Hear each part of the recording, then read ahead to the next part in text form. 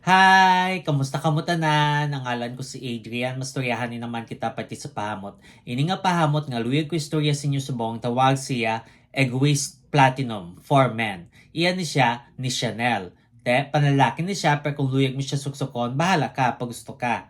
Kag audit wallet ni siya but malon layo pa lang masimutan ka na. Ano ni siya klase nga pahamot? Bali presko kag makahang nga kahoy. Amo na siya kung simutan. Angay siya sa katamtaman ng panahon, ang temperatura nga para siya is between 60 to 80 degrees Fahrenheit o kung 16 to 27 degrees Celsius. Anong iya mga nota? For the top, we have lavender, rosemary, neroli, kag petitgrain. Ang lavender, presko kag tinlo nga nota. Tapos rosemary, manamit na siya nga nota kay ginagamit sa pagluto. Tapos neroli, mag-an nga dumi pagka-citrus nga nota. Kag petitgrain nga berde nga may pagka-citrus man nga nota. Kag for the mid, we have geranium, clary sage, galbanum, kag jasmine. Ang geranium do berde na sa nga rosas. Tapos clary sage, mahumo kag matamis nga herbal nga nota.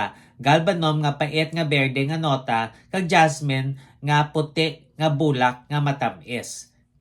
Kag for the base, we have oak moss, vetiver, cedar, sandalwood, kag amber. Ang oak moss, pait nga nota. Tapos vetiver, kuskus do hilamon kung simutan. Cedar nga mahamot nga kahoy, sandalwood nga oriental nga kahoy, kag amber nga pampainit. Kabay pa nga namian kamo sini nga pahamot. Kag kung may iba pa ka mga pahamot nga luyag istorya sa akon, ibilin lang sa comment section sa daso naman. Bye-bye!